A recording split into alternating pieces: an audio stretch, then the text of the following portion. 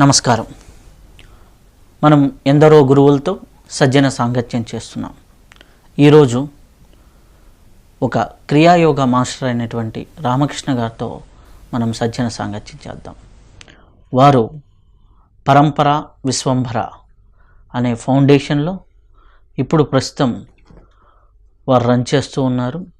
వారు నాన్నగారు విశ్వం గారు అనేసి అనేక పుస్తకాలు రాయడం జరిగింది. దాదాపులా 80కి పైగా పుస్తకాలు అందుబాటులో ఉన్నాయి. వారి పుస్తకాలు పిరమిడ్ స్పిరిచువల్ సొసైటీలో కూడా చాలామంది చదివే ఉన్నారు. అలాగే కాంతిమాల అనేసి, సాధనా పంచతంత్రాలు అనేసి, ఇలా ఎన్నో పుస్తకాలు మన సొసైటీ పరంపరలోను క్రియాయోగ పద్ధతిలోను చాలా పుస్తకాలు అందుబాటులో ఉన్నాయి. వారి యొక్క విశ్వం గారి కుమారుడైనటువంటి రామకృష్ణ గారితో మనం ఇప్పుడు సజ్జన సాంగత్యం చేసేటటువంటి భాగ్యం కలిగింది. నమస్కారం. గురు కృపాహి కేవలం, మాతృకృపాహి కేవలం. శ్రీమాత్రే నమః. మీరు ఇప్పుడు పరంపర విశ్వంభర ట్రస్ట్ని రన్ చేస్తూ ఉన్నారు. అసలుకి నాన్నగారికి ఇన్ని పుస్తకాలు రాయడానికి ప్రేరణ ఎక్కడి నుంచి లభించింది? చాలా మంచి ప్రశ్న వేశారు.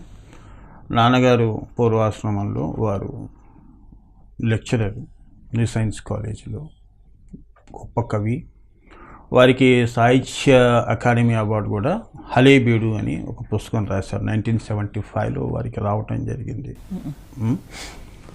అలానే రివర్ మై గురు అని యుఎస్ఏ అంటే యునైటెడ్ స్టేట్స్ ఆఫ్ అమెరికా వాళ్ళు, కాలిఫోర్నియా వాళ్ళు, వరల్డ్ పోయిటరీ సొసైటీ వాళ్ళు దానికి కూడా ఇంటర్నేషనల్ అవార్డు ఇవ్వటం జరిగింది. అది ఇచ్చిన తర్వాత ఇక్కడ సాహిత్య అకాడమీ అవార్డు హలేబీడుకి రావటం జరిగింది. ఈ సాహిత్యంలో వారు ఎన్నో పుస్తకాలు, ఎన్నో మజిలీలు, ఎన్నో పుస్తకాలు వారు ప్రచురించడం కూడా జరిగింది. అందులో కొన్ని పుస్తకాలు ప్రేక్షకులకి, వారి యొక్క ఫాలోవర్స్కి తెలుసు.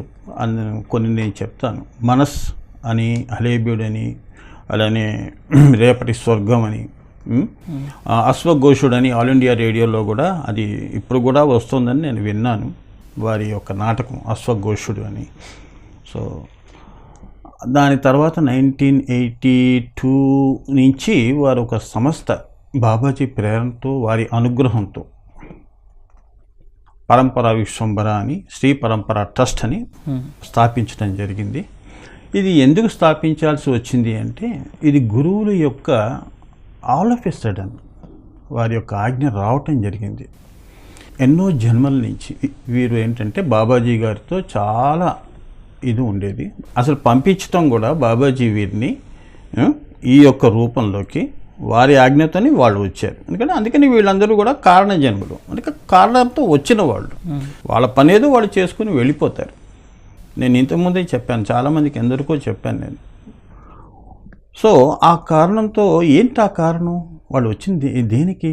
ఈ సంస్థ ఎందుకు స్థాపించాము అంటే, అమ్మవారి యొక్క లలితా సహస్రనామాలు కానివ్వండి, ఖడ్గమాల కానివ్వండి, ఇవన్నీ యంత్రాలు.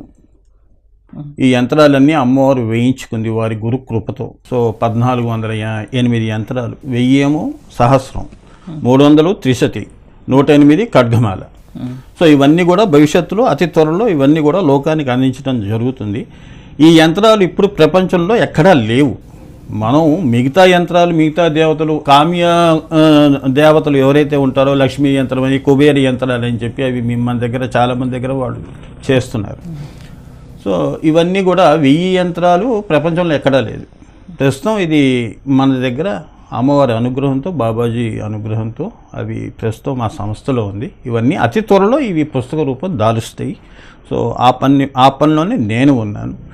సో నేను మెడిటేషన్లో వారు ఇచ్చే సందేశాలు టెలిపతిక్గా వాళ్ళు ఇచ్చే మెసేజెస్ ఏవైతే ఉంటాయో ఆ ప్రకారంగానే ఆ సంస్థ నడుస్తుంది.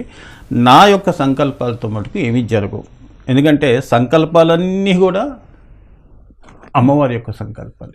మీరు ఇప్పుడు పరంపర ఫౌండేషన్ నాన్నగారు స్థాపించారు మహావతార్ బాబాజీ గారి ప్రేరణతో. ఒక సాహిత్యవేత్త, మామూలు పోయిటరీ రాసే వ్యక్తి ఉన్నట్టుండి ఆధ్యాత్మిక పుస్తకాలు రాయటం, అది కూడా చిన్న నాలెడ్జ్ కాదు. ఎందుకంటే పర్సనల్గా నేను చదివాను కొన్ని పుస్తకాలు.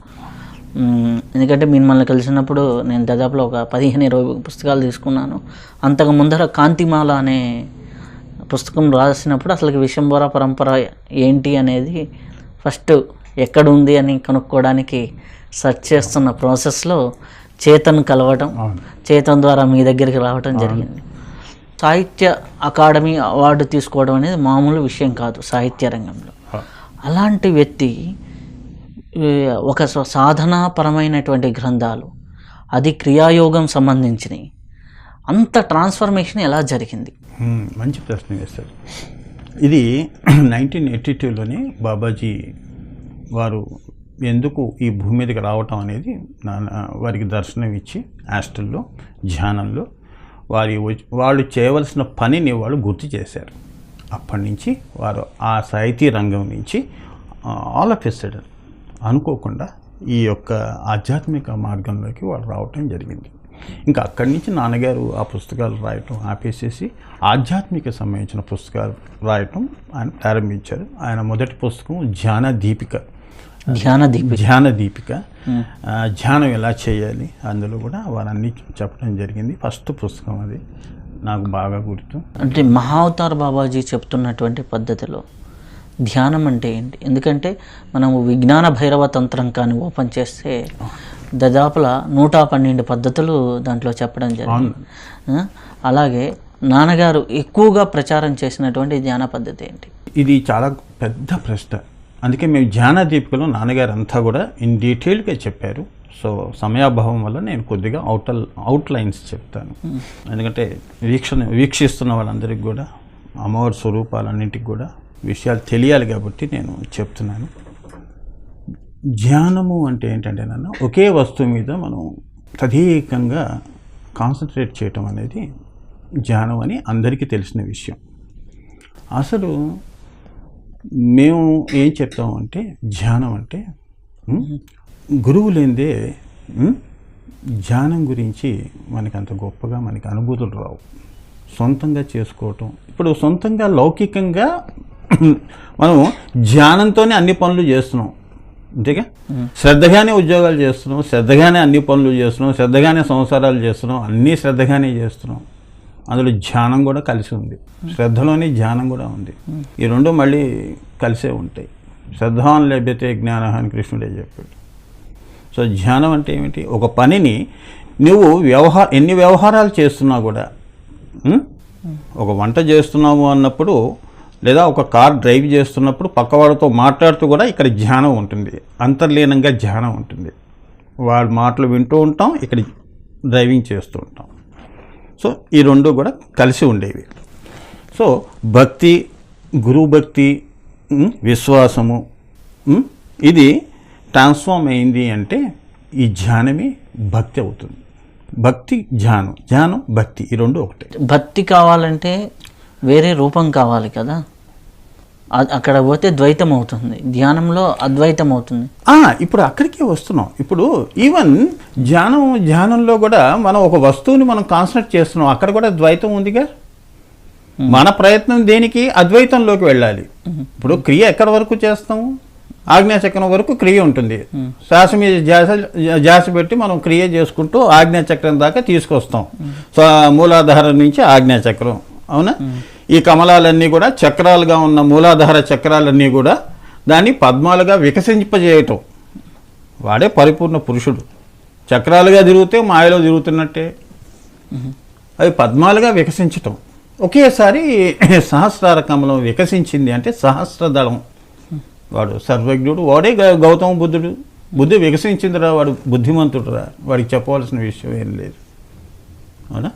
సో ఆ ప్రయత్నంలో ఆజ్ఞాచక్రం నుంచి ఇంకా క్రియ ఎక్కడుంది? నిష్క్రియే. నీ ప్రయత్నం నిష్క్రియంలోకి వెళ్ళటం. ఇంకా అక్కడ త్రిపుటి భంగం అయిపోయింది, అవునా? సీయింగ్ మూడు లేవు. ఇంకా త్రేయ, దత్తాత్రేయ, ఈ రూపాలన్నీ కూడా సింబాలిక్గా వాళ్ళు అలా చూపించారు. ఈ మూడు ఎప్పుడైతే భంగం అయిపోయిందో నువ్వు నిష్క్రియంలోకి వెళ్ళిపోయావు. అంటే ఏంటంటే నీకు తెలిసిన విషయం ఏంటంటే అహం బ్రహ్మాస్మి, అంటే నేను ఇదంతా కూడా ఒకటే, నేను అంటాడు. అక్కడ కింద చూస్తాడు చక్రాల వైపు, కింద సృష్టి అనేకము, అది ఏకము. ఏకం నుంచి అనేకంలోకి వచ్చాం కానీ అనేకంలో ఏకం వెతుక్కోవటం కాదు. సో మన ప్రయత్నం ఏమిటి? ఏకంలోకి వెళ్ళటం, అవునా? సో క్రియ నుంచి నిష్క్రియం. సో ఈ చక్రాలు, ఈ కుండలిని శక్తి అనేది ఏదైతే ఉద్బోధన చేసే ప్రక్రియలు ఏవైతే ఉంటాయో ఇవన్నీ కూడా నాన్నగారు ధ్యాన దీపికలో చెప్పడం జరిగింది, చాలా గొప్పగా చెప్పడం జరిగింది. అలానే ధ్యాన కల్చర్ని ఇంగ్లీష్ వాళ్ళకు కూడా, ఇంగ్లీష్ రీడర్స్ కూడా నేను ఆ బుక్ కూడా పబ్లిష్ చేశాను. ఎందుకంటే ఈ ధ్యానం మీద నేను డీటెయిల్డ్గా చెప్పుకుంటూ పోతే చాలా టైం పడుతుంది. సో అందుకని నేను నా పరంపరలో నేను క్లాసెస్ కండక్ట్ చేసి ఒక్కొక్క ప్రశ్న తీసుకుని ధ్యానం అంటే ఏమిటి, భక్తి అంటే ఏమిటి, ఈ ధ్యానం మళ్ళీ ముదిరింది అంటే ట్రాన్స్ఫర్మేషన్. పాలల్లో 4 ఉన్నాయి, అవునా? నేను నీకు పాలిచ్చి అందులోంచి నువ్వు జ్యోతిని బయటికి తీయనప్పుడు అదొక విధానం ఉంటుంది, తంత్రం ఉంది, అవునా? పాలని కాచటం, అందులో నుంచి మళ్ళీ ఇవన్నీ చాలా ప్రొసీజర్స్ ఉంటాయి. చివరికి నెయ్యిని తీసి దాన్ని దీపంగా వెలిగించుకోవటం, అదే నీ యొక్క ఆత్మ. సో స్థూల సూక్ష్మ, సూక్ష్మతర సూక్ష్మతమ. సో అక్కడ దాకా తీసుకెళ్లేదే ధ్యానం. మనం బహిర్దృష్టి, అంతర్దృష్టి అని 2 ఉంటాయి దృష్టిలు.